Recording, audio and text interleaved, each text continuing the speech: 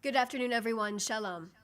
I'm Shosh Bedrosian, Communications Specialist for the National Public Diplomacy Directorate. I'll take a few questions after a couple of very brief points to share with you. Make sure you put your questions in the chat of the Zoom with your name and your outlet. Today is Sunday, November 23rd, and a short while ago, the IDF attacked the Hezbollah chief of staff in the heart of Beirut, who led the strengthening and arming of the terrorist organization. Prime Minister Netanyahu ordered the attack upon the recommendation of the defense minister and the IDF chief of staff. Israel is determined to act and achieve its goals anywhere and at all times. As Israel continues to strike Hezbollah targets in Lebanon, Prime Minister Netanyahu said this morning at the government meeting that Israel will continue to do everything necessary to prevent Hezbollah from re-establishing its capacity to threaten us. Israel continues to insist on the full enforcement of the ceasefire agreement with Lebanon, while taking steps to ensure our security. We will not allow Hezbollah, the terror organization, to recover and rebuild its strength and threaten Israel from anywhere inside of Lebanon. The terror organization's activities continue to constitute a violation of the understandings between Israel and Lebanon. Next, today marks day 779 since Hamas first launched its brutal war on Israel. It also marks day 41 since our released living hostages returned home to their families and when the bodies of our deceased hostages started to be retrieved. The first time Hamas violated the ceasefire plan was almost 41 days ago, when they decided not to return all 48 of our hostages, including all of our deceased hostages, as we still have 3 of them in captivity right now. Ever since that day, the terror group has repeatedly violated the agreement, from not returning all of our hostages to attacking our soldiers and killing 3 of them in the Gaza Strip under this plan, to crossing the IDF's yellow line, posing an immediate threat to our soldiers, to stealing humanitarian aid and brutalizing their own people inside of the Gaza Strip. This is Hamas, the terror organization who said they were committed to this plan, has continued to prove otherwise. This underscores the importance of why Hamas must be disarmed and Gaza demilitarized, as outlined in the 20-point plan. Now, violations by Hamas continued throughout the weekend.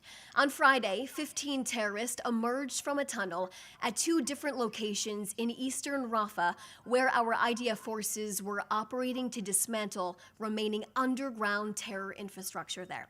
Now, at that time on Friday, the IDF apprehended 5 of the terrorists and eliminated 6 of them. After 24 hours of locating the remaining terrorists that emerged from that tunnel who were hiding out in Rafah, all 17 terrorists who attempted to flee the underground terror infrastructure were accounted for, with 11 terrorists eliminated and 6 terrorists apprehended and transferred for further questioning. Now, on Saturday, an armed terrorist crossed into the IDF's yellow line with a vehicle and situated himself on a humanitarian road where aid enters southern Gaza. The terrorist started firing at IDF soldiers deployed in the nearby area. The incident was caught on an IDF drone and can be seen as clear as day. A terrorist with a hoodie on is located on this humanitarian road outside of a parked vehicle, and he begins shooting in the direction of where our soldiers are located. Soon after, the soldiers eliminated that terrorist.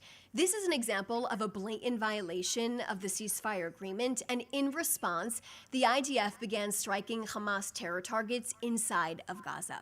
Now, as a result, Israel eliminated 5 senior Hamas terrorists, including the head of supply in Hamas's production headquarters. This person was a central source of knowledge in the organization's supply and production systems.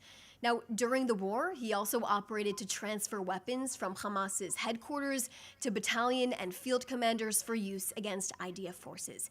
Israel will not accept violations by Hamas under the ceasefire framework, and our IDF forces will continue to remain deployed in the Gaza Strip in accordance with the agreement. Israel will not rest until all of our hostages are home, the remaining 3 hostages, as they should be returned home for proper burial by now. The mediating countries must insist on the full execution of the framework and hold Hamas to its commitments to return all of our hostages.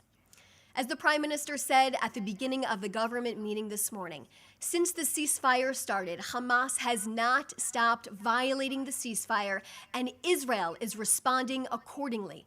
After these repeated violations, Israel thwarted these attempts to harm our soldiers with great force. Prime Minister Netanyahu has made it abundantly clear.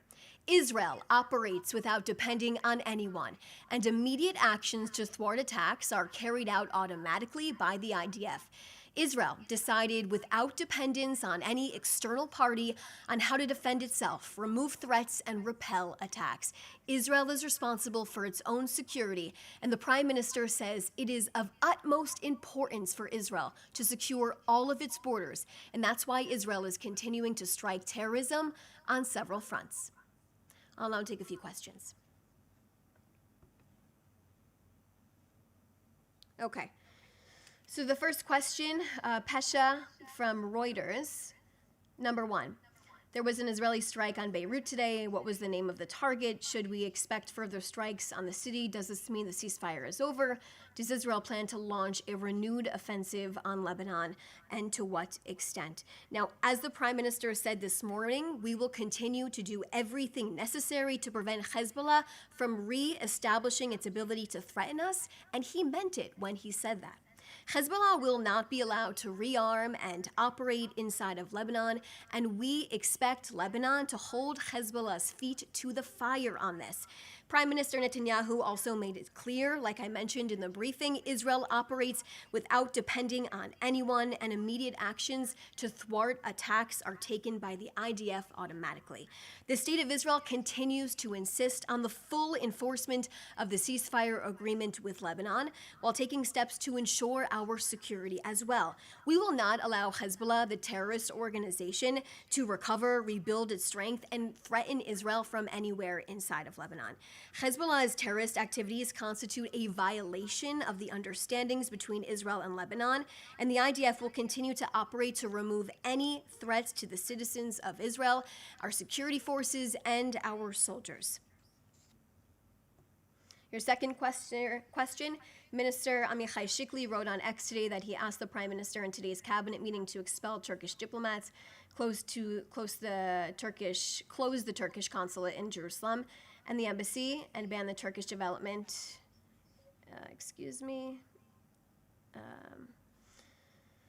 known as TIKA. What is the Israeli government's position on this? I have nothing to share on that right now.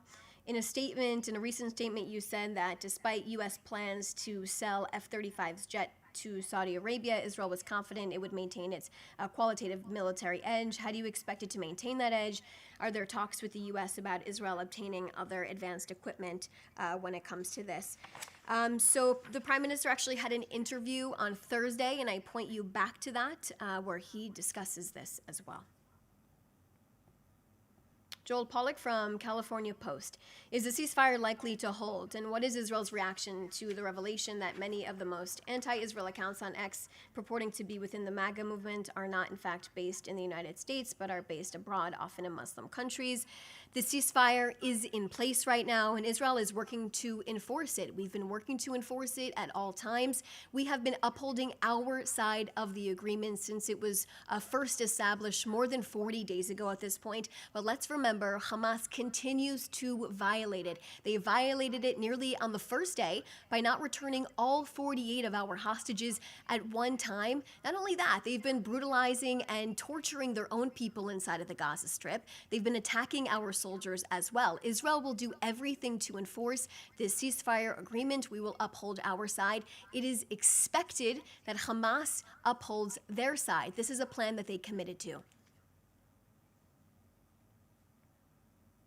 Isaac from the Associated Press.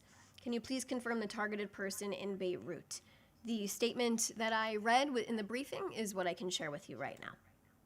Lior Soroka, The Washington Post.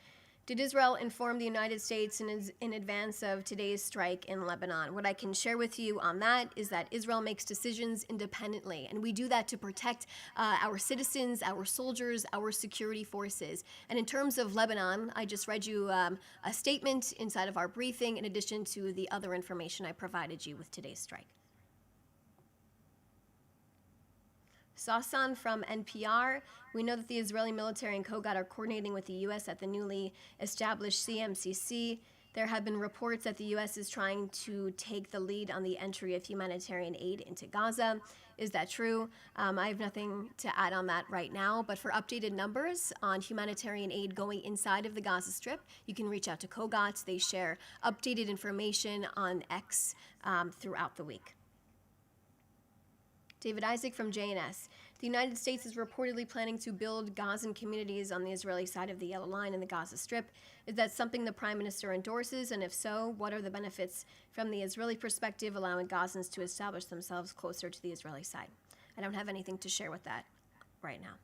Jody Cohen for Newsmax. Netanyahu said Israel is determined to achieve its military goals. Does this mean the ceasefires are on hold for now? The ceasefire is currently in place. We have made it clear, and as outlined in this 20-point plan, Hamas will be disarmed, Gaza will be demilitarized, and there will be no future of Hamas inside of the Gaza Strip with the ability to govern their own people. We are committed to all steps of that. That's clearly outlined inside of the 20-point plan. Matthew Duran from ABC Australia. How does the strike on the Hezbollah chief of staff not amount to a breach of the ceasefire by Israel, given the location of the strike being Beirut, far from the area south of the Litani River, which is where Hezbollah is meant to disarm and withdraw from? Matt, I point you back to what I shared specifically on this strike. Joel Pollack from California Post. What is Israel's response to allegations of sexual assault by a Hamas terrorist against male hostages? The testimony that is coming out by our male hostages is critical to hear. I have seen a lack of reporting by news outlets across the world on what our male hostages have gone through, what our female hostages have gone through as well. But recently, of course, these testimonies are horrific to hear. Our hostages went through absolute hell inside of captivity, and we will make sure that their stories are not only heard, that they are told, that they are remembered, even when media organizations don't want to discuss the abuse that our hostages went through. We will ensure that their stories get out there. But it is absolutely horrific to know what these men had to go through for nearly 2 years. This just speaks to Hamas is. This is a disgusting terror organization. They brutalize their own people as well. And this should not be overlooked by the media. This is the truth. This is the fact of who Hamas is. And our hostages are continuously telling their courageous stories, bringing their own courage to their platform, to their own stage, making sure that people know their story. And I expect media organizations to tell their stories as well. Thank you for that question, Joel. Okay, those are all the questions I see right now. Everyone, thanks so much for your time. Please reach out to us if you have additional questions. Thank you.